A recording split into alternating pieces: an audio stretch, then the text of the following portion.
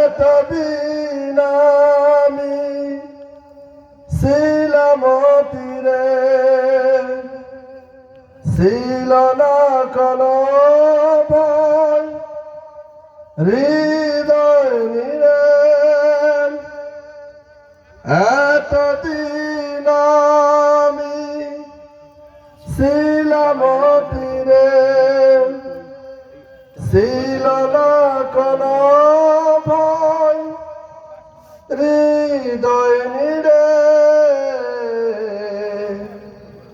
আজ তোরি বাইতে গিয়া কেন কাঁপে আমার হিয়া, সেই কথা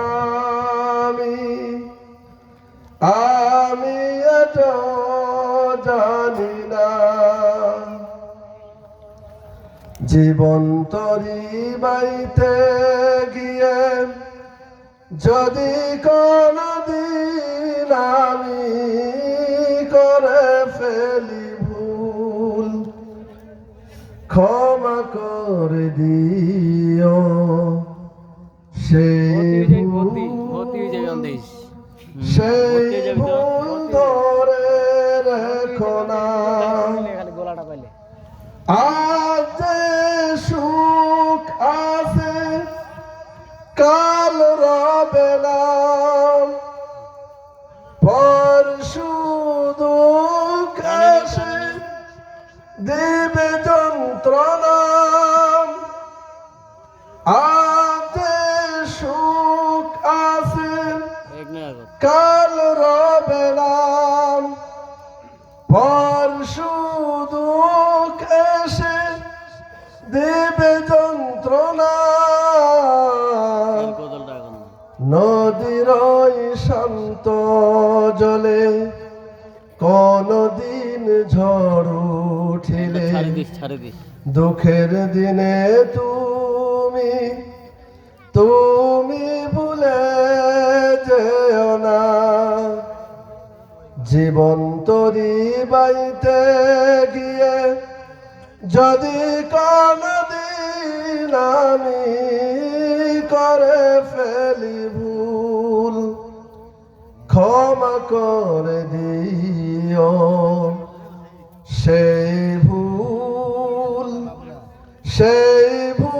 ধরে রেখো না। আসসালামু আলাইকুম। মারহাবা। হাফেজ মাওলানা আসমুল হোসেনকে অসংখ্য ধন্যবাদ তার সুন্দর ইসলামিক সঙ্গীত পরিবেশন করার জন্য। আবার দৃষ্টি আকর্ষণ করছি যারা এখন পর্যন্ত এদিক এদিক চার আড্ডায় যেখানে সেখানে ঘোরাফেরা করছেন, আমরা খুব তাড়াতাড়ি মাহফিলের সামিয়ানা নিয়ে এসে বসে পড়ি ইনশাআল্লাহ। এ পর্যায়ে আপনাদের সামনে গুরুত্বপূর্ণ তাশরিফ নিয়ে আসছেন ইসলামী আন্দোলনের স্থপতি, ইসলামী আন্দোলনের জন্য নিবেদিত প্রাণ বিশিষ্ট ইসলামী চিন্তাবিদ হযরত মাওলানা মোহাম্মদ আবুল কালাম আজাদ, হযরত মাওলানা মোহাম্মদ আবুল কালাম আজাদ, খতিব কাশিমপুর বুড়িপুকুর জামে মসজিদ সদর দিনাজপুর, মোহতারামকে তার গুরুত্বপূর্ণ তাশরিফ পেশ করার জন্য সবিনয় অনুরোধ করছি।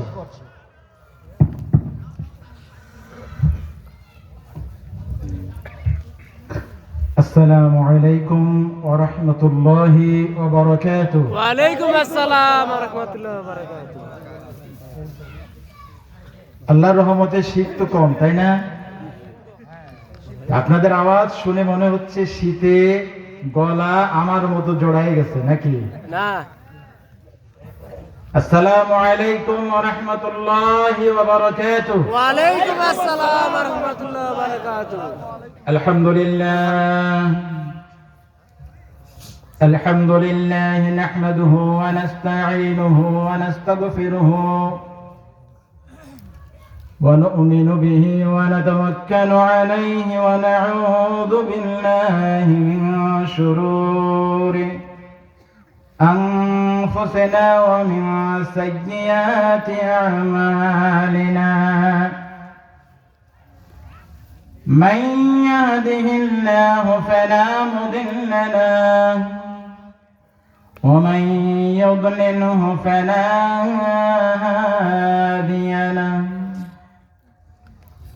ونشهد أن لا إله إلا الله وحده لا شريك له ونشهد أن سيدنا وحبيبنا ومولانا محمدا عبده ورسوله الذي أرسل رسوله بالحق بشيرا ونذيرا وداعيا إلى الله بإذنه وسراجا وقمرا منيرا فقد قال الله تعالى في كلامه المجيد وفرقانه الحميد أعوذ بالله من الشيطان الرجيم بسم الله الرحمن الرحيم أفحسبتم أنما خلقناكم عبثا وأنكم إلينا لا ترجعون.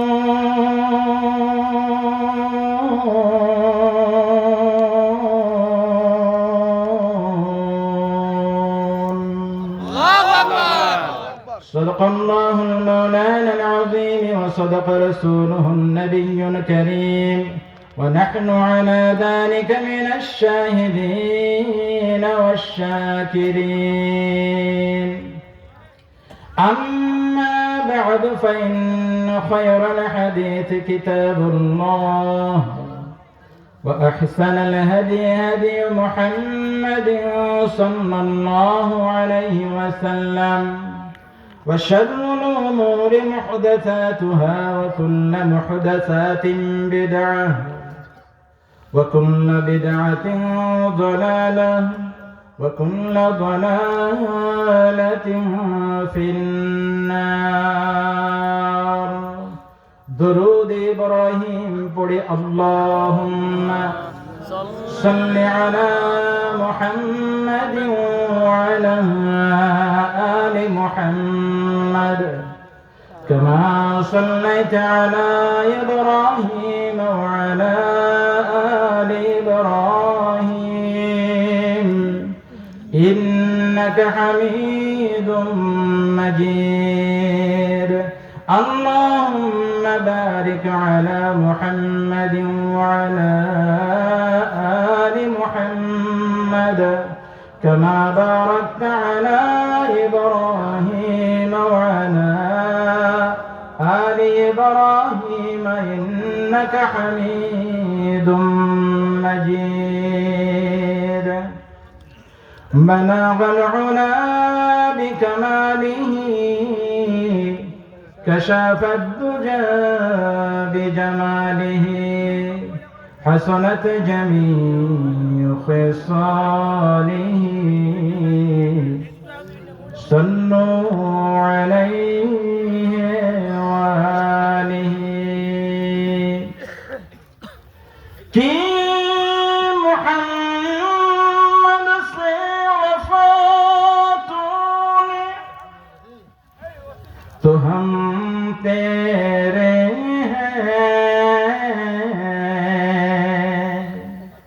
ये जहाँ चीज है क्या लोह कलम तेरे हैं. बलगल उला बिकमालिही كشف الدجى بجماله حسنت جميع خصاله صلوا عليه وآله.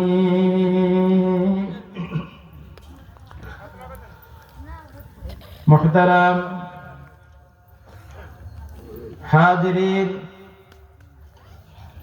কাশিমপুর মালিপুকুর জামে মসজিদের উদ্যোগে তাফসীরুল কোরআন মাহফিলের আজকের এই পবিত্রতম অনুষ্ঠানে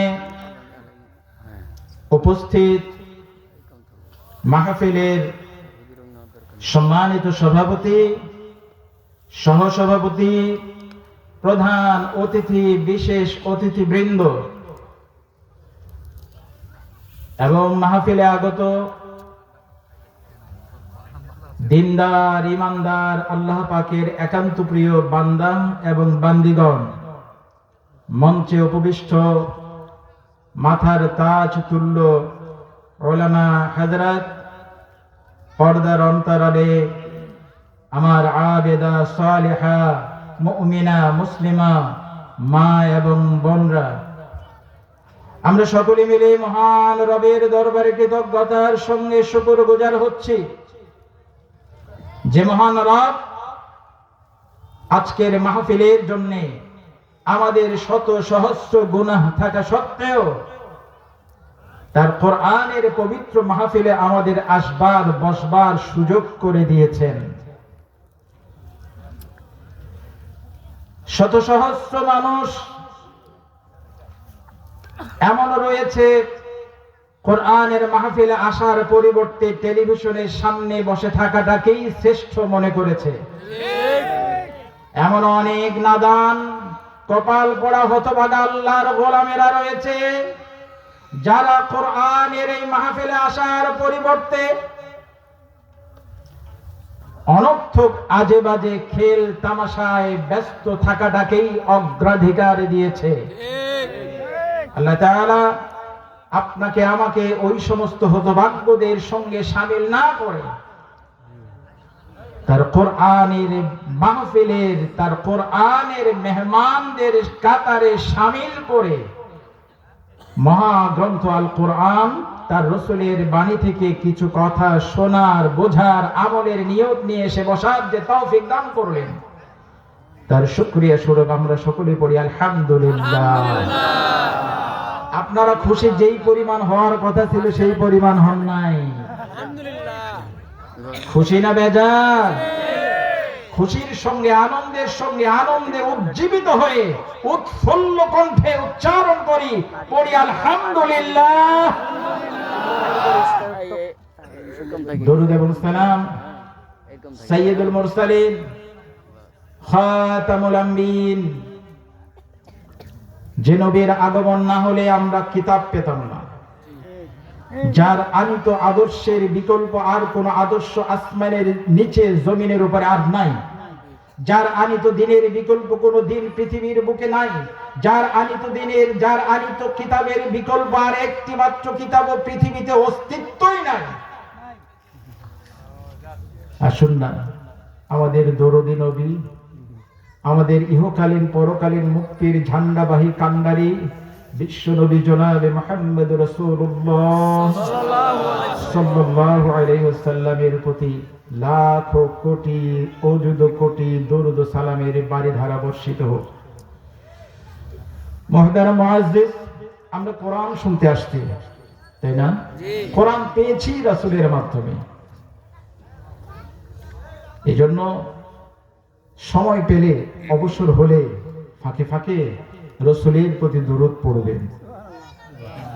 আজকে জুমার দিন চলে গেল, আল্লাহ রাসূল বলছেন তোমরা জুমার দিনে আমার প্রতি বেশি বেশি করে দরুদ পড়বে। দরুদ পড়লে হয় কি, আল্লাহর হাবিব সাল্লাল্লাহু আলাইহি ওয়াসাল্লাম ইরশাদ করেন, যে ব্যক্তি আমার প্রতি একবার দরুদ পড়বে, কয়বার বলেন সবাই, কয়বার? একবার। আল্লাহর হাবিব সাল্লাল্লাহু আলাইহি ওয়াসাল্লাম ইরশাদ করেন, আমি নবীর প্রতি আমার কোন গুনাহগার গোলাম যদি একবার দরুদ পড়ে, আল্লাহ রাব্বুল আলামিন তার ওই বান্দার প্রতি 10টি রহমত অবতরণ করে, তার 10টি মর্যাদা বাড়িয়ে দেন, তার 10টি গুনাহ মাফ করে দেন, তার আমলনামায় 10টি নেকি লিখে দেন। আল্লাহর হাবিব সাল্লাল্লাহু আলাইহি ওয়াসাল্লাম বলেন, জুমার দিন আমার প্রতি কেউ যদি 100 বার দরুদ পড়ে, কয়বার? 100 বার দরুদ পড়ে, ছোট দরুদ হোক আর বড় দরুদ হোক, কেউ যদি আমার প্রতি 100 বার দরুদ পড়ে, কিয়ামতের ময়দানে আল্লাহ রাব্বুল আলামিন তার গোলামের চেহারা এত নূরে নূরান্বিত করে দেবেন, তার চেহারা এত আলো করে দিবেন, তার চেহারা এত আলো ঝলমলে হয়ে যাবে, অন্য মানুষেরা সবাই জিজ্ঞাসা করতে থাকবে, তোমার কি আমল ছিল? আল্লাহর ওই গোলাম দুনিয়ার জীবনে এমন কোন আমল করেছে যার কারণে আজকে হাসরের ময়দানে সব মানুষের চাইতে তার চেহারাটা আলোয় আলোকিত হয়ে গেছে। জোরে বলেন সুবহানাল্লাহ। এজন্য আল্লাহর হাবিব বলেন, যে ব্যক্তি দরুদ পড়তে ভুলে গেল সে জান্নাতের পথ ভুলে গেল। বুঝেন নাই কথা? যে ব্যক্তি কোরআন, যে ব্যক্তি আল্লাহ রাসূল বলছেন আমার প্রতি দরুদ পড়া ভুলে গেল, সে যেন জান্নাতের রাস্তায় ভুলে গেল। কোন দোয়া আল্লাহ রাব্বুল আলামিনের আরশে আজিমে ওঠে না, বান্দা যে দোয়া করে ওই দোয়ার মধ্যে যদি দরুদ পড়া না হয়, আপনি দোয়া করছেন, আল্লাহ আমার বাবাকে ক্ষমা করে দাও, আল্লাহ আমার মাকে মাগফিরাত দান করো, আল্লাহ আমার আয় রোজগারে খায়ের বরকত দান করো, আল্লাহ আমার বিপদ আপদ দূর করে দাও, আমার সন্তান অসুস্থ, আমার মা অসুস্থ, আমার পরিবারের বিপদ দূর করে দাও। দুনিয়ার যত হাজাতের কথা মালিককে ডেকে ডেকে বললেন। আল্লাহর হাবিব বলেন, ওই দোয়ার মধ্যে যদি দরুদ না থাকে, তোমার দোয়া আসমানের নিচে ঝুলন্ত অবস্থায় থেকে যায়, আসমানে ওঠে না।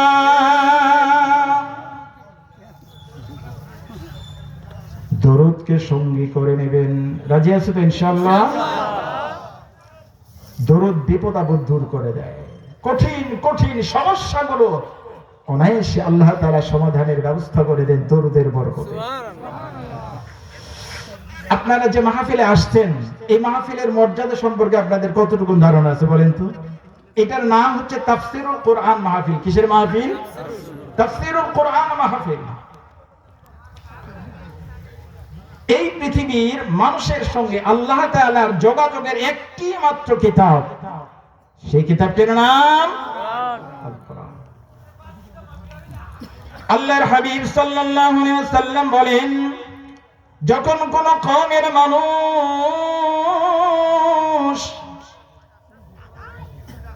কোন আল্লাহর ঘরে, আল্লাহর ঘর সময়ের মধ্যে কোন একটি ঘরে অথবা কোন একটি জায়গায় বসে যখন ইয়াতলুনা কিতাবাল্লাহ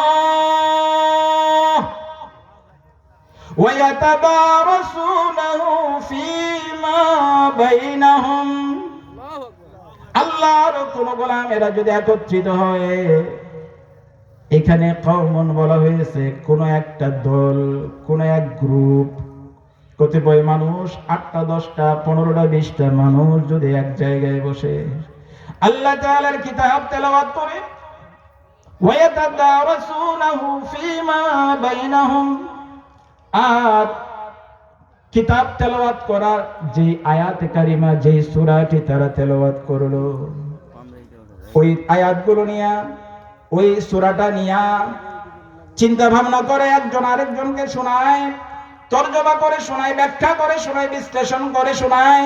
ওই আয়াতে কারিমায় আল্লাহ রাব্বুল আলামিন যে শিক্ষা দিয়েছেন, ওই শিক্ষা নিজেও গ্রহণ করে আরেকজনকে গ্রহণ করতে উৎসাহ দেয়। ওই প্রোগ্রামটাকে বলে দার্সে কোরআনের প্রোগ্রাম। কি প্রোগ্রাম? দার্সুল কোরআনের প্রোগ্রাম। এইটা মনে হয় শুধু হুজুরদের, এইটা শুধু আলেমদের। আপনারা মন খারাপ করছেন না? প্রধান বক্তা আসছে তো, আপনাদের মন খারাপের কারণ কি বলেন? প্রধান বক্তা যত সময় উঠবে ইনশাআল্লাহ। আল্লাহর হাবিব বলেন, কতিপয় বান্দা যখন কোরআনের তেলাওয়াত করে, কোরআনের দার্স করে, ওই দার্সের উপস্থিত যারা ওই বৈঠকের সদস্য উপস্থিত হয়, এদের মর্যাদা কত জানো? নাযালাত আলাইহিমুস সাকিনাহ, ওই মাহফিলে, ওই প্রোগ্রামে, ওই দার্সুল কোরআনের মাজলিসে আল্লাহ রাব্বুল আলামিন সাকিনা অবতরণ করেন। জোরে বলেন সুবহানাল্লাহ। হয় নাই, জোরে সুবহানাল্লাহ বলা লাগবে। নাযালাত আলাইহিমুস সাকিনা ওয়া গাশিয়াতুহুমুর রাহমাহ। ওই মাহফিলের উপরে আল্লাহ রাব্বুল আলামিনের রহমত অবতরণ করে। ওই মাহফিলের উপরে আল্লাহ রাব্বুল আলামিন সাকিনা নামক শান্তি অবতরণ করে দেন। ওয়া হাফাতহুমুল মালায়েকা। ওই মাহফিলটাকে আল্লাহর রহমতের ফেরেশতারা নিজেদের ডানা দিয়া ঘিরে রাখে। সব চাইতে বড় কথাটা শোনেন, এরপরে সুবহানাল্লাহ কত জোরে বলতে পারেন দেখবো। ওয়া যাকারাহুমুল্লাহ,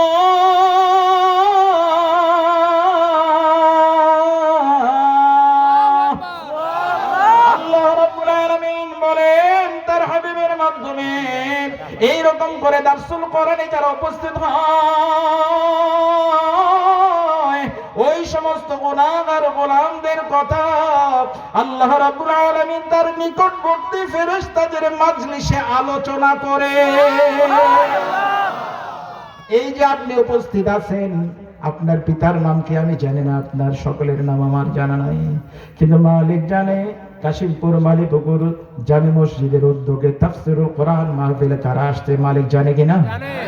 তিনি তার এই মুহূর্তে তার নিকটে উপস্থিত ফেরেশতাদের সামনে আপনাদের নাম ধরে ধরে আলোচনা করছে।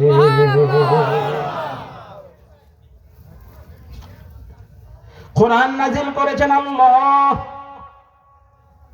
গরুর উপরে। কথা বলেন, গরুর উপরে? উট, ঘোড়া, ভেড়া, ছাগল, দুম্বার উপরে? কার উপরে? আমাদের উপরে। কেন? এই যে একজন সুন্দর কথা বলেছেন, সৃষ্টির সেরা জীব আল্লাহ রাব্বুল আলামিন, সে কথাই কোরআনে কারীমে বলছেন, ওয়ালাকাদ কাররামনা বানি আদম ওয়া হামালনাহুম ফিল বাররি ওয়াল বাহরি। আল্লাহ রাব্বুল আলামিন বলেন, অবশ্যই আমি আমার আদম সন্তানদেরকে সব চাইতে সম্মানের করে সৃষ্টি করেছি। জোরে বলেন সুবহানাল্লাহ।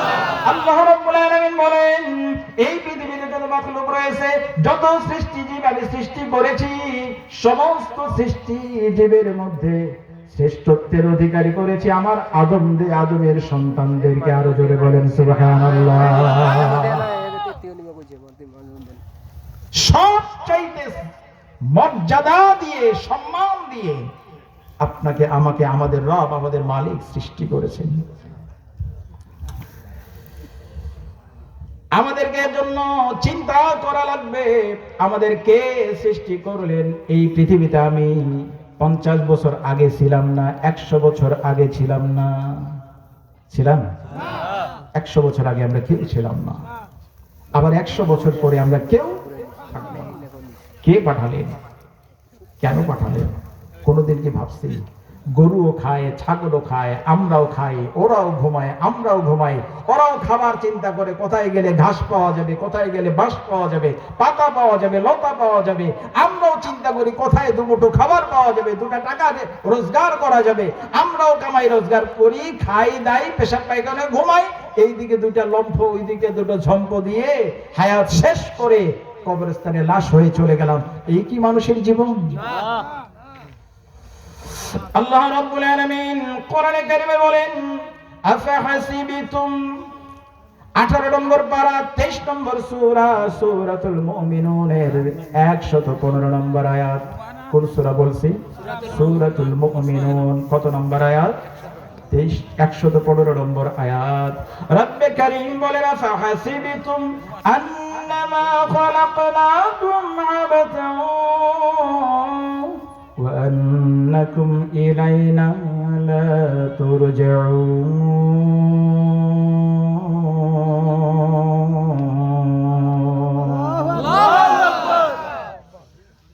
এ গোলাম, তোমরা কি এটা মনে করেছো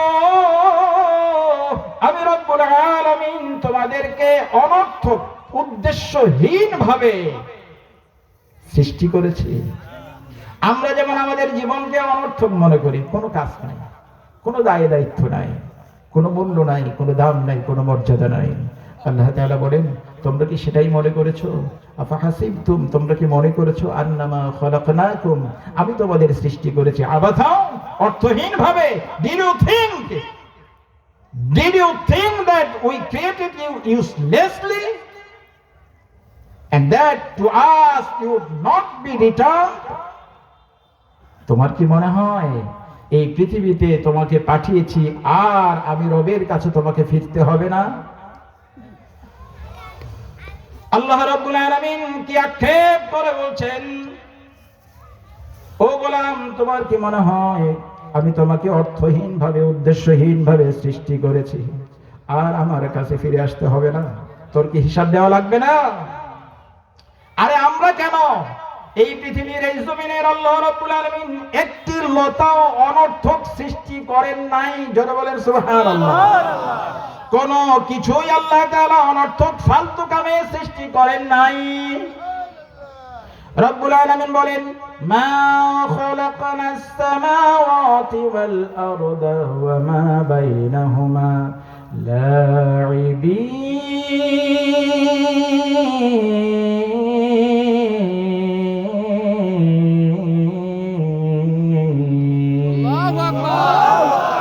আল্লাহ রাব্বুল আলামিন বলেন, মা খালাকনাস সামাওয়াত, এই যে তোমাদের মাথার উপরে 7 আসমান দেখছো, পায়ের নিচে জমিন, জমিন আসমানের মাঝে যা কিছু আছে এগুলো কি মনে করেছো আমি আল্লাহ তাআলা খেলার জন্য সৃষ্টি করেছি? মনে হয় আপনাদের? আল্লাহ তাআলা বলেন, মা খালাকনাহুমা ইল্লা বিল হক, আমি আসমান জমিন সৃষ্টি করেছি নির্দিষ্ট যথাযথ উদ্দেশ্যকে সামনে রেখে। জোরে বলেন আল্লাহু আকবার। আল্লাহু আকবার। কেন এগুলো সৃষ্টি করলেন? রব্বুল আলামিন আরেক আয়াতে বলেন, ওয়াসাখখারা লাকুমুল লাইলা ওয়ান নাহারা ওয়াশ শামসা ওয়াল কমারা ওয়ান নুজুমু মুসাখখারাতুম বিআমরিহি ইন্না ফি যালিকা লাআয়াতিন লিকাওমিন ইয়াকিলুন।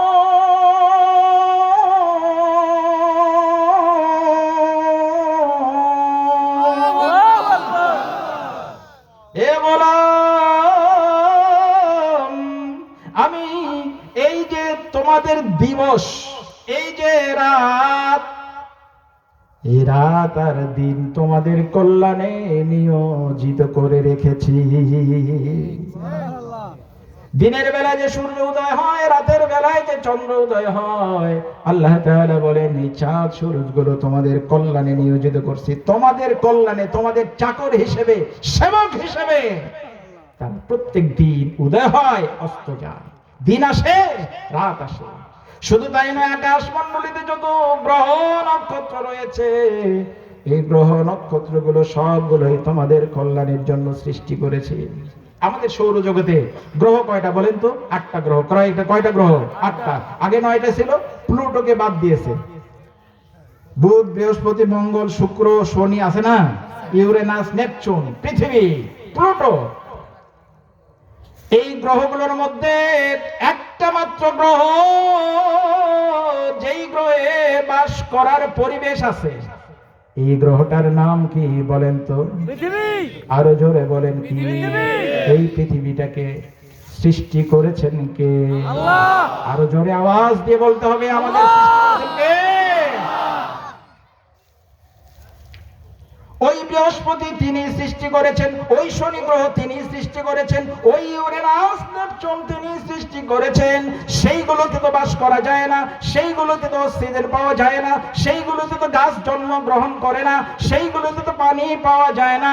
পৃথিবীতে পানি পাওয়া যায়, পৃথিবীতে অক্সিজেন পাওয়া যায়, পৃথিবীতে বাস করা যায়। বলুন, এই পৃথিবীকে বাসযোগ্য করে দিয়েছেন কে? এমনি এমনি, অকারণে না, অকারণে না। বলবেন আল্লাহ তাআলা আপনি আমাদের জন্য গ্রহ নক্ষত্রগুলো নিয়োজিত করে রাখছেন, জমিন আমাদের জন্য নিয়োজিত করে রাখছেন, আসমান আমাদের জন্য নিয়োজিত করে রাখছেন, আর সাগর বুঝি আর কাউকে রাজত্ব করতে দিয়েছেন? সাগর কাকে দিয়েছেন বলেন? আল্লাহ তাআলা বলেন, হুয়াল্লাযী সাখখারাল বাহরা লিতাকুলু লাহমান তারিয়ান ওয়া তাস্তাখরিজু মিনহু হিলিয়াতান তালবাসুনাহা। আল্লাহ তাআলা বলেন, যত সাগর মহাসাগর দেখছো, এই সাগর মহাসাগরগুলো আমি আমার বান্দাদের, বনি আদমের, আদম সন্তানদের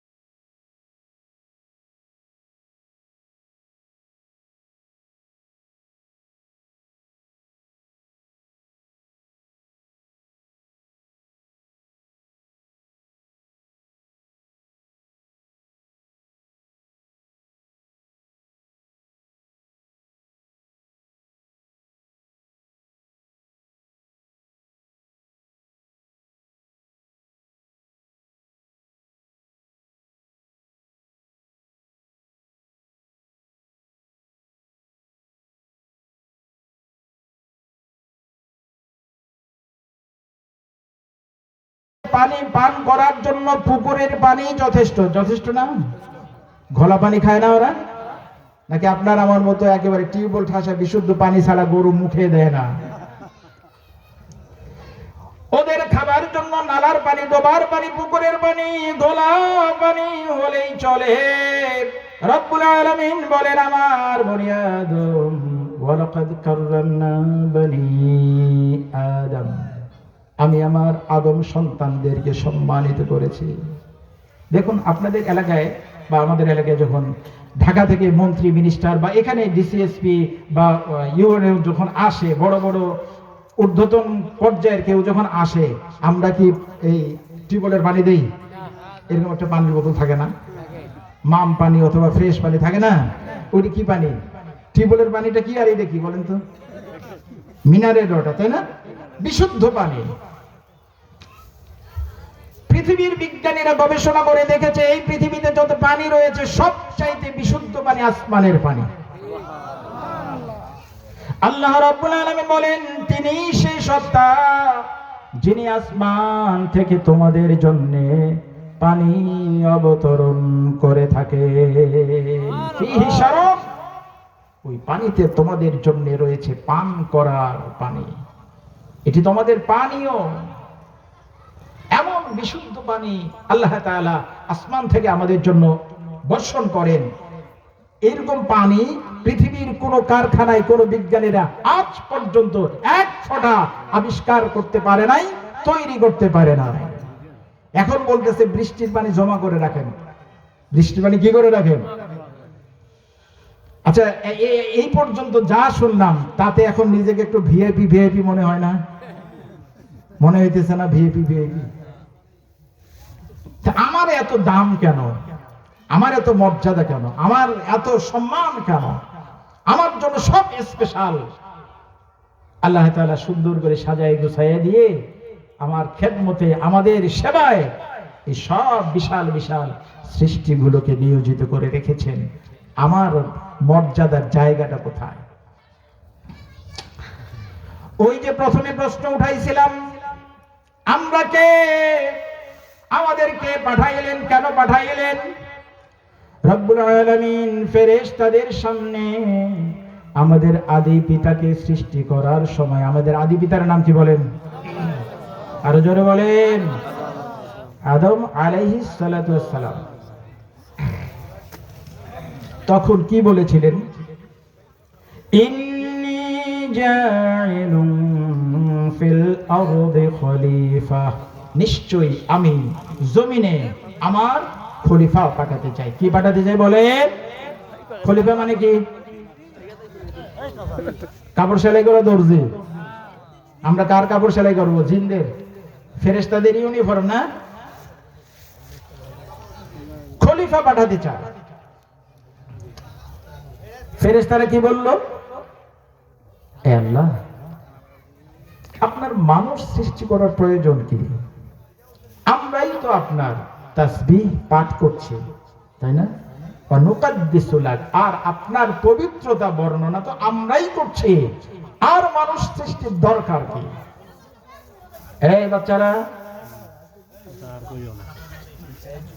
মানুষ সৃষ্টির প্রয়োজন কি?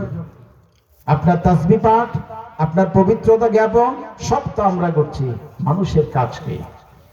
এই পরিমাণ ফেরেশতা আল্লাহ সৃষ্টি করে রেখেছেন। সেদিন বাংলা ভিশনের রিপোর্টে দেখলাম, নাসার বিজ্ঞানীরা মহাশূন্যে একটা শব্দ রেকর্ড করেছে। আপনারা দেখেছেন? দেখেছেন ভিডিওটা? দেখেছেন? এতদিন বলতো আওয়ার ইউনিভার্স ইজ সাইলেন্ট, আমাদের মহাশূন্যে কোনো শব্দ নেই, নীরব, নিঃশব্দ। এখন বলছে লিসেন টু দা ইউনিভার্স, ইউনিভার্সকে শোনো, মহাশূন্যকে শোনো, মহাশূন্যে শব্দ আছে। গবেষক দলের একজন বিজ্ঞানী বলেছে, মহাশূন্যে প্রাপ্ত সেই শব্দ পর্যালোচনা করে দেখা যায়, বোঝা যায় কোটি কোটি মানুষ এক জায়গায় বসে জিকির করলে যে আওয়াজ, কোটি কোটি মানুষ এক জায়গায় বসে প্রার্থনা সঙ্গীত গাইলে যে আওয়াজ, আসমানের সেই মহাশূন্যের শব্দ ওই রকম শোনা যায়। জোরে বলেন সুবহানাল্লাহ। কিসের শব্দ? বিজ্ঞানীরা তো কোরআন দিয়ে ব্যাখ্যা করে না, ওরা ওদের মতো করে ব্যাখ্যা করে। ওরা বলছে যে এটা মহাশূন্যে অনেক কণা ঘুরে বেড়াচ্ছে, জাগতিক মহাজাগতিক রশ্মি এবং মহাজাগতিক কণাগুলো ঘুরে বেড়ায়, একজনের সাথে আরেকজনের সংঘর্ষ লাগলে এরা প্রচন্ড রকমের কম্পন সৃষ্টি হয়। এই শব্দটা ওই কম্পনেরই শব্দ।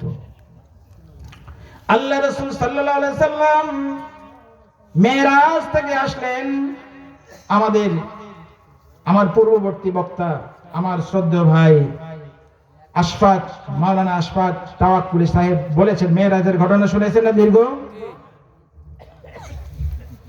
আল্লাহ রাসূল মেরাজ থেকে আসলেন। আবু দারদা রাদিয়াল্লাহু তাআলা আনহু আল্লাহ রাসূলকে জিজ্ঞাসা করলেন, ইয়া রাসূলুল্লাহ, আপনি মেরাজে কি দেখে আসলেন? আল্লাহ রাসূল সাল্লাল্লাহু আলাইহি ওয়াসাল্লাম বললেন, আমি মহাশূন্যে আসমানে অসংখ্য ফেরেশতাদের জিকিরের কম্পনের আওয়াজ শুনে এসেছি। জোরে বলেন সুবহানাল্লাহ। আল্লাহ রাসূল বললেন কম্পনের আওয়াজ, ১৫০০ বছর আগে বললেন কম্পনের আওয়াজ। আজ ২০২৫ সালের বিজ্ঞানীরাও বলছে মহাশূন্যে ওরকমই কম্পনের আওয়াজ পাওয়া যায়। যদি আমার রাসূল আল্লাহ রাসূল না হবেন, তাহলে আরবের মরু প্রান্তরে বসে একজন কি করে বলতে পারেন মহাশূন্যে কম্পনের আওয়াজ?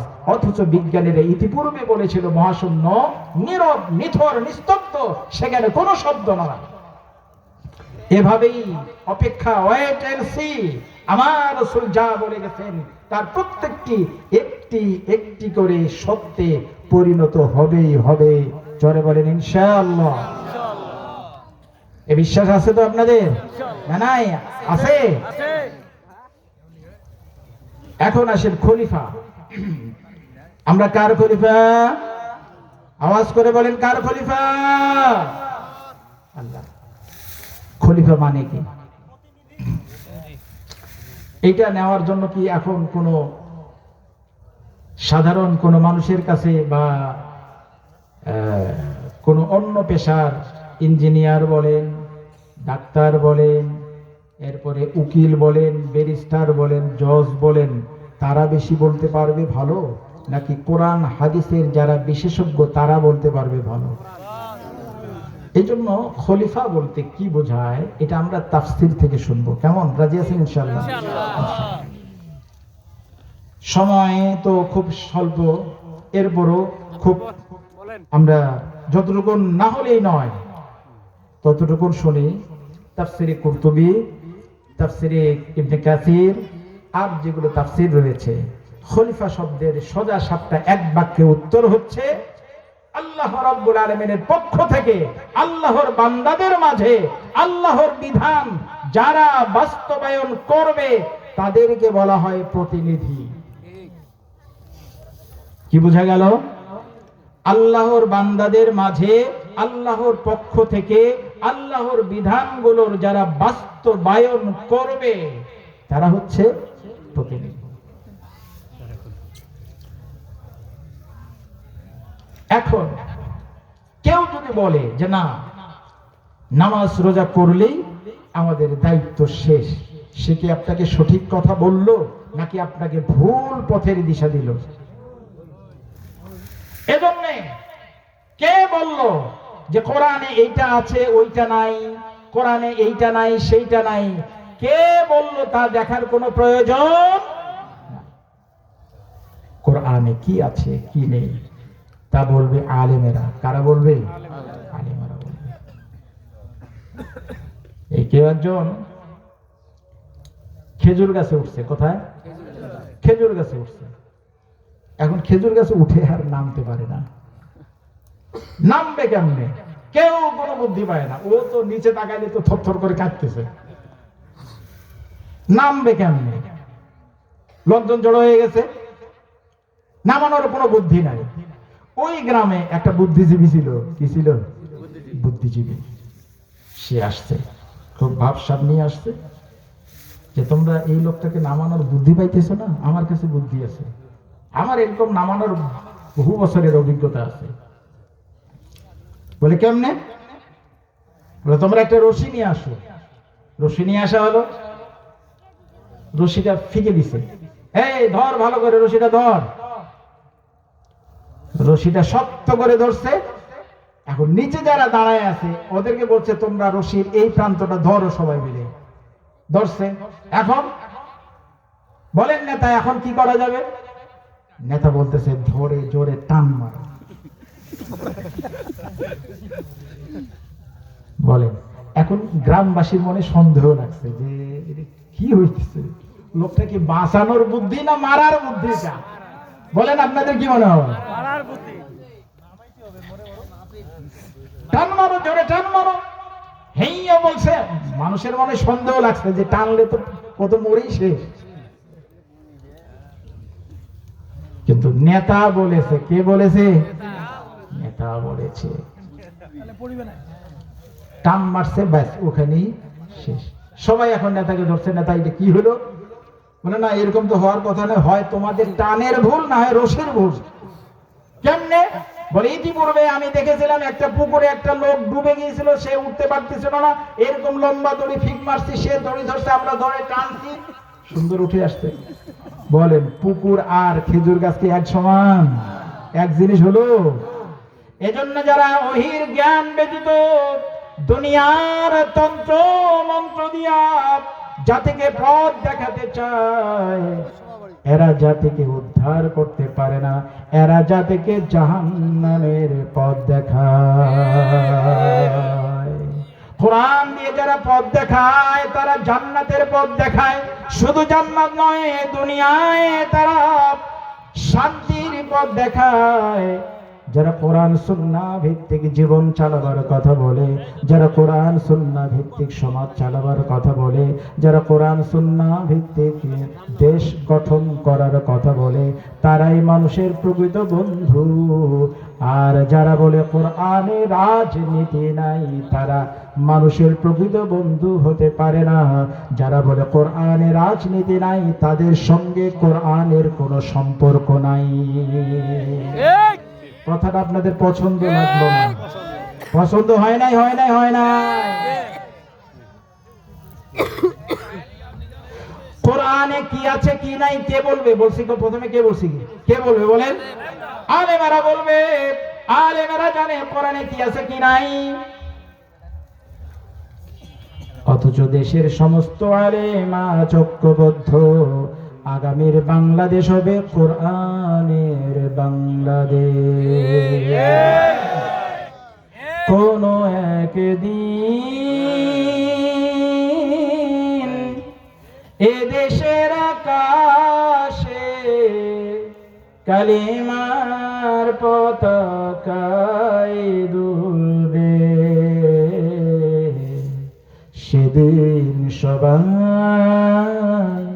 খোদাই বিধান পে দুঃখ বেদনা ভুলবে। বাংলাদেশে কোরআনের রাজ চালু হোক। কারা কারা চান? হাত দেখা।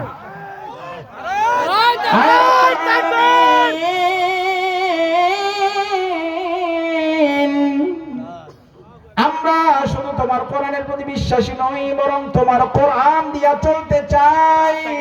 আয় আল্লাহ, আমরা শুধু তোমার কোরআন তেলাওয়াত করি না, তোমার কোরআন দিয়ে সমাজ সাজাতে চাই। বলেন আমিন। ভুলে যাবেন না তো? ভুলে যাবেন? ভুলে যাবেন? আপনাকে ভুল বোঝাবে। আমরা আল্লাহর প্রতিনিধি, কারো প্রতিনিধি নই। বাংলাদেশের রাষ্ট্রদূত গেছে ইন্ডিয়ায়। এখন ইন্ডিয়ায় গিয়ে রাষ্ট্রদূত বাংলাদেশের ইন্ডিয়ায় গিয়ে সে কার নিয়ম, কার আইন, কার কানুন ফলো করবে?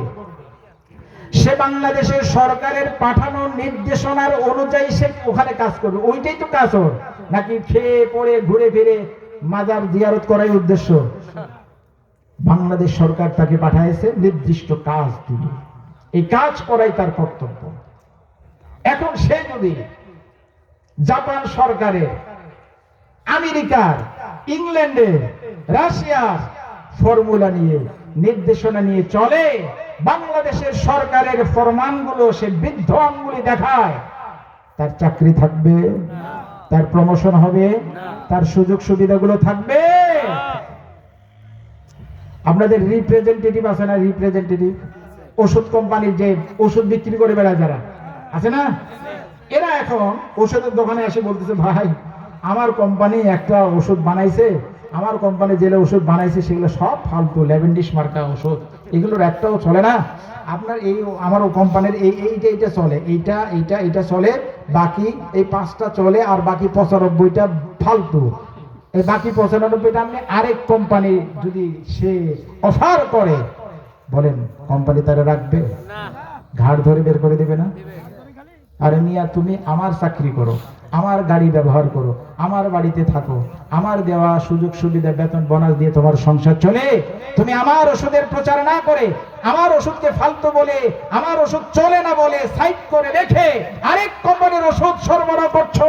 এত বড় সাহস! তার চাকরি তো দূরের কথা, তার বিচার বসাবে।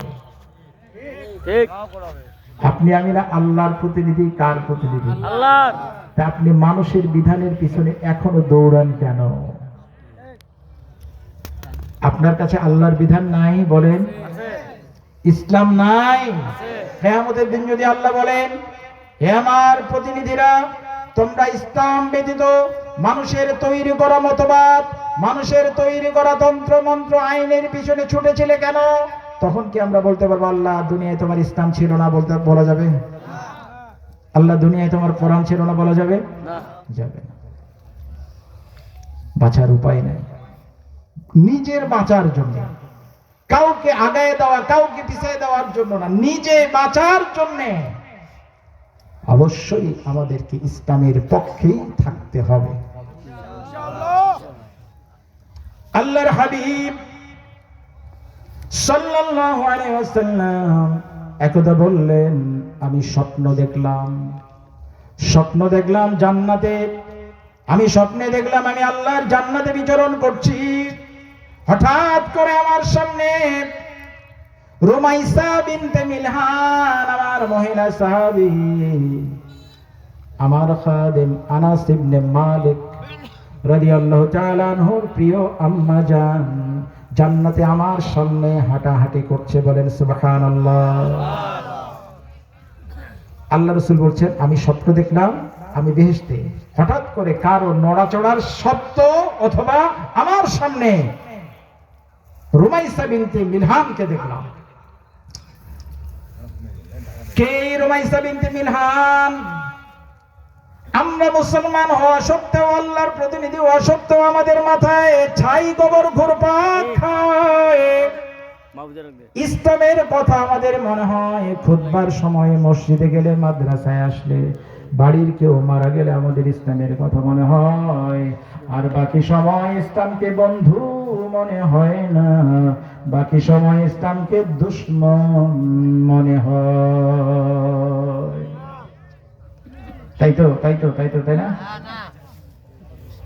আল্লাহর হাবিব সাল্লাল্লাহু আলাইহি ওয়াসাল্লাম বলেন, আমি জান্নাতে রুমাইসা বিনতে মিলহানের শব্দ পাইলাম, অথবা জান্নাতে রুমাইসা বিনতে মিলহানকে দেখলাম। রুমাইসা বিনতে মিলহানকে কেন আল্লাহ রাসূল জান্নাতে দেখলেন? দুনিয়ায় বেঁচে আছেন তখন রুমাইসা বিনতে মিলহান। কে এই রুমাইসা বিনতে মিলহান? এই রুমাইসা বিনতে মিলহান হযরত আনাস ইবনে মালিক রাদিয়াল্লাহু তাআলা আনহুর আম্মা। আনাস ইবনে মালিক কে ছিলেন? আল্লাহ রাসূলের 10 বছরের খাদেম। রুমাইসা বিনতে মিলহান তার বিয়ে হয়েছিল মালিক ইবনে নজরের সঙ্গে। প্রথমে রুমাইসা বিনতে মিলহান ইসলাম গ্রহণ করলেন। ইসলাম গ্রহণ করে তার স্বামী মালিক ইবনে নজর প্রচন্ড রেগে গেলেন। তিনি তাকে ইসলাম ত্যাগ করতে বললেন। রুমাইসা বিনতে মিলহান বলেন, যে ইসলামের স্বাদ আমি পেয়েছি, যেই কালেমার মধু, যেই কালেমার মজা আমি পেয়েছি, ও স্বামী, দুনিয়ার কোন কিছুর বিনিময় সেই ইসলাম আর ত্যাগ করা সম্ভব নয়। মালিক ইবনে নজর রাত করে চলে গেলেন, দেশ ছেড়ে বাইরে চলে গেলেন, থাকবই না। সেখানে মৃত্যুবরণ করলেন। রুমাইসা বিনতে মিলহান তখনও বিয়ে করেন নাই। হযরত আবু তালহা রাদিয়াল্লাহু তাআলা আনহু তখনও ইসলাম গ্রহণ করেন নাই। তিনি যখন শুনলেন রুমাইসা বিনতে মিলহান স্বামী পরিত্যক্তা হয়ে গেছে, বিধবা হয়ে গেছে, এসে রুমাইসা বিনতে মিলহানের সামনে বিয়ের প্রস্তাব দিলেন। রুমাইসা, আমি তোমাকে বিয়ে করতে চাই। রুমাইসা বিনতে মিলহান বলেন, আবু তালহা, আপনি জানেন আমি কালেমা পড়া মুসলমান, আর আপনি এখনো ওই মাটি দিয়া, খড় কুটা দিয়া, বাঁশ দিয়া, কাঠ দিয়া তৈরি করা মূর্তির প্রতি এখনো আপনি বিশ্বাসী, মুশরিক। সুতরাং আপনার সঙ্গে আমার বিয়ে হতে পারে না। আমার যদি বিয়ে করা লাগে আপনার ওই পূজা ছেড়ে কালেমা পড়ে মুসলমান হতে হবে। আপনার কি লজ্জা করে না? নিজ হাতে মূর্তি তৈরি করে সেই মাটির মূর্তি, কাঠের মূর্তি, বাঁশের মূর্তি, খড়ের মূর্তির সামনে মাথা নত করে পূজা করেন। যারে আপনি নিজ হাতে তৈরি করলেন তারে আপনার নিজের উপাস্য বলে পূজা করতে কি লজ্জা হয় না? আবু তালহা, যতক্ষণ আপনি কালেমা পড়ে মুসলমান না হন ততক্ষণ আপনাকে আমার বিয়ে করা কোনোদিন সম্ভব নয়। আবু তালহা প্রস্তাব দিলেন, রুমাইসা, কয় হাজার স্বর্ণ মুদ্রা লাগবে? রুমাইসা বিনতে মিলহান বলে, আমার কোন স্বর্ণ মুদ্রা লাগবে না, আমার কোন রৌপ্য মুদ্রা লাগবে না, আমার দিনার দিরহাম জমি জমা কিচ্ছুই লাগবে না। আপনি শুধু কালেমা পড়ে মুসলমান হয়ে যান, আপনার কালেমা পড়াটাই আমার মহর। আল্লাহ পৃথিবীতে আসমানের নিচে জমিনের উপরে সবচাইতে মূল্যবান মোহর ছিল রুমাইসা বিনতে মিলহান আর আবু তালহা রাদিয়াল্লাহু তাআলা আনহুমা, এদের বিয়ের মোহর। সেটা কি? আবু তালহা বলেন আমি ভেবে দেখব। কিছুদিন পরে ফিরে এসে বলছে, রুমাইসা তোমার প্রস্তাবটি খুব সুন্দর, আমি ভেবে দেখলাম ইসলামই সত্য, বাকি সব বাতিল বাতিল। জোরে বলেন সুবহানাল্লাহ। আবু তালহা কালেমা বললেন লা ইলাহা ইল্লাল্লাহু মুহাম্মাদুর রাসূলুল্লাহ।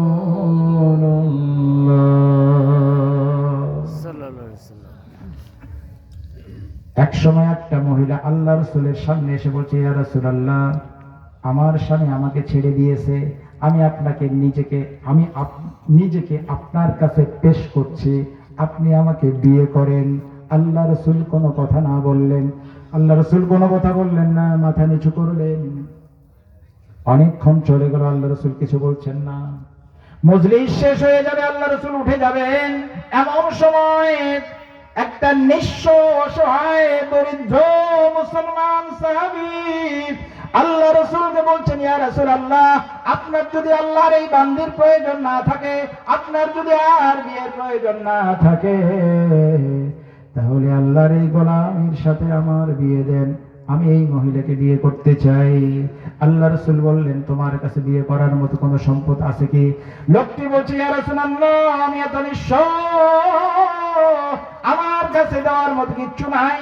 বলে তুমি বাড়িতে যাও, বাড়িতে গিয়ে দেখো কি রয়েছে। তিনি বাড়িতে গেলেন, ফিরে এসে বললেন, ইয়া রাসূলুল্লাহ, আমার বাড়ির সমস্ত সদস্যদের কাছে আমি চেয়েছি, তারা কিচ্ছু দিতে পারে নাই, আমার কাছে কিছুই নাই। আল্লাহ রাসূল বললেন, ও সাহাবী, একটা লোহার আংটিও কি পাও নাই? একটা লোহার আংটিও কি পাইলে না? খুঁজে দেখো, খুঁজে দেখো, কোথাও একটা লোহার আংটি পাও নাকি? সাহাবী আবার গেলেন লোহার আংটি খোঁজার জন্য, তিনি কোথাও খুঁজে পাইলেন না। সে বলেন, ইয়া রাসূলুল্লাহ, কোন লোহার আংটি পাইলাম না। আল্লাহর হাবিব সাল্লাল্লাহু আলাইহি ওয়াসাল্লাম বললেন, তোমার কি কোরআন জানা আছে? জোরে বলেন না সুবহানাল্লাহ। ও সাহাবী, তোমার কি কোরআন জানা আছে? সাহাবী বলছে, ইয়া রাসূলুল্লাহ, কয়েকটা সূরা জানা আছে। আল্লাহর হাবিব বললেন, যাও, তোমার কাজ হয়ে গেছে। জোরে বলেন সুবহানাল্লাহ। তুমি তোমার জানা সূরাগুলো তোমার নববিবাহিতা স্ত্রীকে শিক্ষা দেবে, এই শিক্ষাটাই তোমার বিয়ের মহারানা হয়ে যাবে। বিয়েকে সহজ করেন, আজ বিয়ে কঠিন হয়ে গেছে, জিনা ব্যভিচার সহজ হয়ে গেছে, ঠিক কিনা জোরে বলেন? 10 লাখ 20 লাখ মহারানা ছাড়া বিয়ে হয় না মুসলমানের। রুমাইসা বিনতে মিলহান আবু তালহা রাদিয়াল্লাহু তাআলা আনহুকে বিয়ে করলেন কিসের বিনিময়ে বলেন? কিসের বিনিময়ে? ইসলাম গ্রহণের বিনিময়ে। এমনি কি আল্লাহ রাসূল জান্নাতে স্বপ্ন দেখলেন আর স্বপ্নে তিনি শুনতে পেলেন রুমাইসা বিনতে মিলহানের নড়াচড়া? এমনি তার জেহেনে শুধু ইসলাম। আমার কোন ওসিলায় কেউ যদি ইসলামের সন্ধান পেয়ে যায়, সব জায়গায় ইসলামের প্রাধান্য। কেউ যখন আমাকে ডাকতে আসবে, যদি ইসলাম দিয়ে ডাকতে আসে আমি বিবেচনা করব, আর ইসলাম দিয়ে ডাকবে না, সঙ্গে সঙ্গে সে প্রত্যাখ্যাত হবে।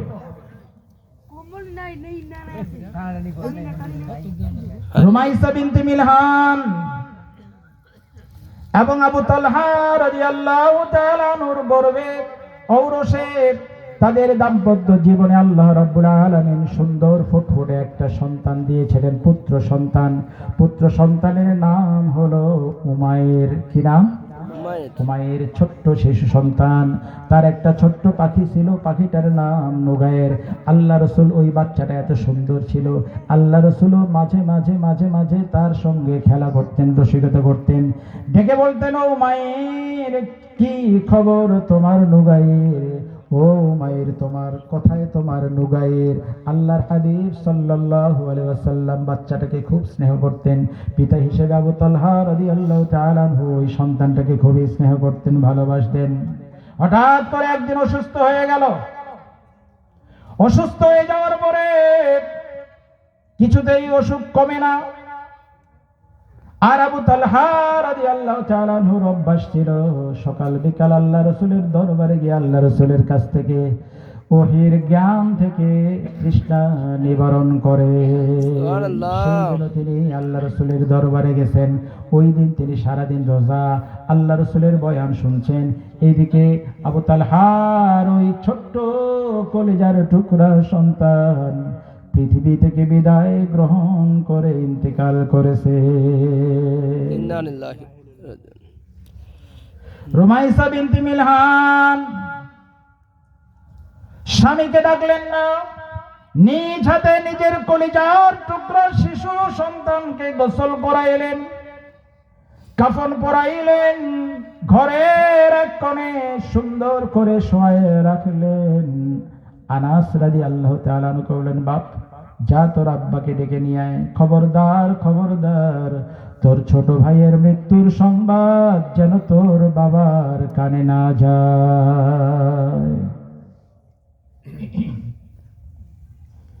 ডেকে নিয়ে আসলেন। আবু তালহা সেই দিন সারাদিন রোজা। রুমাইসা বিনতে মিলহান কত ধৈর্যশীল নারী, নিজ হাতে স্বামীর জন্য ইফতারি রেডি করছেন, অথচ সন্তান ঘরে শোয়া, জীবিত না মৃত, ঘরের কোনায় শোয়ায় রাখছেন। নিজ হাতে স্বামীর জন্য ইফতারি তৈরি করেছেন। স্বামী ঘরে আসলে স্বামীর সামনে ইফতারি পরিবেশন করলেন, সুন্দর করে তার প্রয়োজন পূরণ করলেন। জিজ্ঞাসা করলেন, ও রুমাইসা, আমাদের উমায়ের কি খবর? তার কি অসুখ একটু কমলো? রুমাইসা বিনতে মিলহান বলে, স্বামী আমাদের উমাইর আগের চাইতেও অনেক শান্ত, সে অনেক এখন শান্ত হয়ে আছে। আবু তালহা রাদিয়াল্লাহু তাআলা মনে করলেন উমাইরের জ্বর ভালো হয়েছে, উমাইরের অসুখ ভালো হয়েছে, তাই সে এখন আরামে ঘুমাইতেছে। তিনিও খেয়ে দিয়ে নামাজ কালাম পড়ে ঘুমায়ে পড়লেন, শুয়ে পড়লেন। রাতের বেলায় উমাইসা বিনতে মিলহান রাদিয়াল্লাহু তাআলা আনহা সাজলেন, স্বামীর সামনে নিজেকে পেশ করলেন।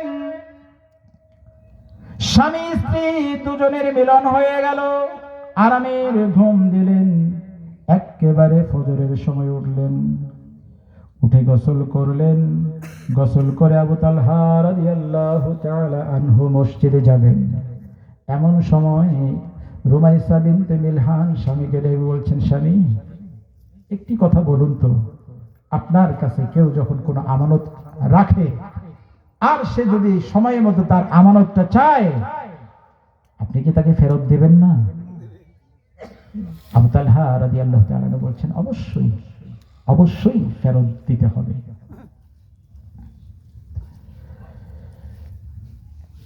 আবু তালহা রাদিয়াল্লাহু তাআলা যখন বললেন অবশ্যই ফেরত দিতে হবে, আমানত রাখার কোনো অধিকার, কোনো রাইটস আমাদের নাই, রুমাইসা বিনতে মিলহান রাদিয়াল্লাহু তাআলা আনহা বললেন, স্বামী শুনুন, আল্লাহ রাব্বুল আলামিন আমাদেরকে উমাইর আমাদের ছোট্ট কলিজার টুকরা সন্তানকে আমানত দিয়েছিলেন। নিয়ে যাওয়ার সময় হয়েছে, মালিক তার দেওয়া আমানত নিয়ে চলে গেছে। আল্লাহু আকবার। ও মায়েরা, ও বোনেরা, স্বামী সারাদিন মাথার ঘাম পায়ে ফেলে পরিশ্রম করে যখন ঘরে আসে, সঙ্গে সঙ্গে হাজারো বায়না, তাই না? ঘরে এইটা নাই, ওইটা নাই, সেইটা ওইটা, মানে এ তাক এই বলেছে, সে তাক এই বলেছে, আমার এই হয়েছে, সেই হয়েছে। ঘরের সমস্ত দুরবস্থার কথা স্বামীর সামনে তুলে ধরতে শুরু করে। রুমাইসা বিনতে মিলহানের এই ঘটনার মধ্যে আমাদের জন্য শিক্ষা আছে। তিনি বললেন, বলেন নাই তা না, বলছেন প্রথম দায়িত্ব কি, স্বামী বাহির থেকে আসলে পরে তার কি প্রয়োজন, তার উজুর প্রয়োজন, পানি আগায়ে দেন, তার গোসলের প্রয়োজন, গামছা লুঙ্গি আগায়ে দেন, সাবান আগায়ে দেন, মেসওয়াক আগায়ে দেন, উজুর পানি আগায়ে দেন, তার প্রয়োজন পূরণ করেন, তার সামনে পানি প্রয়োজন হলে পানি দেন, নাস্তার প্রয়োজন হলে নাস্তা দেন, খাবারের প্রয়োজন হলে খাবার দেন। স্বামীর প্রয়োজনগুলো পূরণ হওয়ার পরে ধীর স্থির ভাবে আপনার প্রয়োজনগুলো স্বামীর সামনে তুলে ধরেন। বলুন তো ওই সংসারে শান্তি আনা আসে পারে কি বলেন? আমাদের সমাজের সংসারগুলোর এমন অবস্থা, সুখ আর সুখ, তাই না, শান্তিতে ভরপুর। ওই কোন এক স্বামী স্ত্রী ভাড়া থাকে, তো পাশের ফ্ল্যাটে, ওই ফ্ল্যাটেও আরেক দম্পতি ভাড়া থাকে। তো এই স্বামী স্ত্রীর মধ্যে খুব ঝগড়া হয়, প্রতিনিয়ত ঝগড়া। তো ওদেরকে ডেকে বলে, কি রে, আমাদের মধ্যে এত ঝগড়া হয়, তোমাদের মধ্যে কি ঝগড়া হয় না? বলে, না, আমাদের মধ্যে ঝগড়া হয় না। বলে যে সারাদিন তোমরা হাসো, এত সুখ তোমাদের। বলে সুখের খবর শুনবা? বলে হ্যাঁ শুনি একটু। সারাদিন শুধু স্বামীও হাসে, স্বামীর হাসি থেমে গেলে স্ত্রীও হাসে। কারণ কি? স্বামী বলে যে আমাদের হাসির খবর হচ্ছে এই, যখন আমার বউ রেগে যায়, হাতের কাছে যা পায় তাই আমার দিকে ঢিল মারে, লাগলে ওই হাসে, না লাগলে আমি হাসি। এই হচ্ছে আমাদের সংসারের সুখ। যেই সংসারে, যেই পরিবারে কোরআনের চর্চা আছে, যেই পরিবারে ইসলামের অনুশাসন আছে, যেই পরিবারে ইসলামের বিধিবিধানগুলোর চর্চা রয়েছে, ওই পরিবারে ধন সম্পদের অভাব হলেও সুখ শান্তির অভাব হবে না। আবু তালহা যখন এই কথা শুনলেন, রাসূলের দরবারে গিয়ে রাসূলের কাছে ও রুমাইসা বিনতে মিলহান সম্পর্কে অভিযোগ করলেন। আল্লাহ রাসূল সব ঘটনা শুনে বরকতের দোয়া করলেন, আল্লাহ তুমি আমার আবু তালহা এবং তার স্ত্রীর আজকের রাতের মিলনে বরকত দাও, তাদের মিলনে বরকত দাও। রাসূলের দোয়ার বরকতে ওই রাতের মিলনে আল্লাহ রাব্বুল আলামিন আব্দুল্লাহ নামের একটি পুত্র সন্তান দান করেছেন। জোরে বলেন সুবহানাল্লাহ। ওই আব্দুল্লাহ বরকতে দোয়া করছেন আল্লাহ রাসূল। ওই আব্দুল্লাহর ঔরসে 7টি পুত্র সন্তান হয়েছে। ওই 7টি পুত্র সন্তান হাফেজ কোরআন, আলেমে দ্বীন হিসেবে জগৎ বিখ্যাত হয়ে গেছে। জোরে বলেন সুবহানাল্লাহ। ধৈর্যের বিমূর্ত প্রতিমূর্তি রুমাইসা বিনতে মিলহান, যার মন ও দেমাকে আল্লাহ রাসূলের সন্তুষ্টি কাজ করেছে, যার মন ও মগজে সবসময় ইসলামের কথা সামনে এসেছে, চিন্তায় এসেছে। আমরাও মুসলমান, আমরাও আল্লাহর প্রতিনিধি। আজ স্বাধীন হওয়ার 54 বছর চলে গেল। বাংলাদেশে কি মুসলমান বেশি না মুসলমান বেশি? জোরে বলেন। মুসলমান। 71 সালে মুসলমান বেশি ছিল না মুসলমান বেশি ছিল? 75 সালে মুসলমান বেশি না মুসলমান বেশি? 91 সালে, 96 সালে, 1 সালে, 8 সালে, 13 সালে, 18 সালে বাংলাদেশে সব সময় মুসলমান বেশি। এরপরেও মুসলমানদের এই ভূখণ্ডে আজ অবধি ইসলাম কায়েম হলো না কেন? আল্লাহ যদি প্রশ্ন করেন তার এই প্রতিনিধিদেরকে, যাদেরকে তিনি সাগরের তাজা মাছ খাওয়ান, যাদের জন্য সূর্য চন্দ্র নিয়োজিত করে রাখছেন, যাদের জন্য আসমান জমিনের সবকিছু খেদমতে নিয়োজিত করে রাখছেন, তিনি তার এই প্রতিনিধিদেরকে যেদিন জিজ্ঞাসা করবেন, ও মুসলমান, তোমাদের এই ছোট্ট ভূখণ্ডটিতে এত মুসলমান থাকবার পরেও কেন রাষ্ট্র পরিচালনার মূল নীতি হিসেবে ইসলামকে তোমাদের সংবিধানে যুক্ত করতে পারলে না? ও মুসলমান কি জবাব দেবেন? যারা সেই দিন বলতে পারবেন, আল্লাহ আমি চেয়েছিলাম, আমি তোমার ইসলামের পক্ষে ছিলাম, কিন্তু দেশের নেতৃবৃন্দ চায় নাই, বলে আমি পারি নাই। নেতৃবৃন্দ কি হয় হোক, আপনি আল্লাহ রাব্বুল আলামিনের কাছে পার পেয়ে যাবেন। জোরে বলেন সুবহানাল্লাহ। আমার মূল কথা শেষ।